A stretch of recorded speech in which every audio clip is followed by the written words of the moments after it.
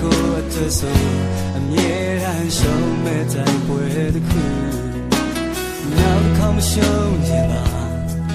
မင်းငါကြမတွေ့နေတော့ဘိုးဝေဆုံးတစ်ဖက်မှာနေဘဝကိုပြန်သစ္စာမင်းကြောင့်ငါမပြောရပါဒီလိုအဆုံးသတ်ဖို့ကြောင့်ရှိခဲ့လို့ပဲဒီလိုဇတ်သိမ်းကိုပြညာထား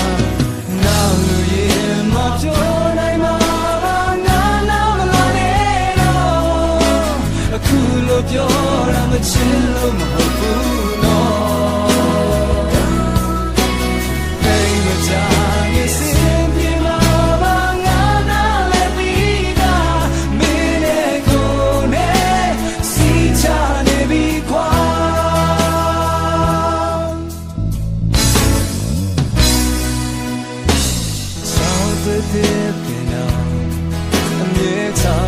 超看路，但你的梦的嘛，我从半夜不难路，人家的心妹妹是爱来着，我为了做这行，爱没路的在一起，你讲吧，我表也开吧，第二生的我将是。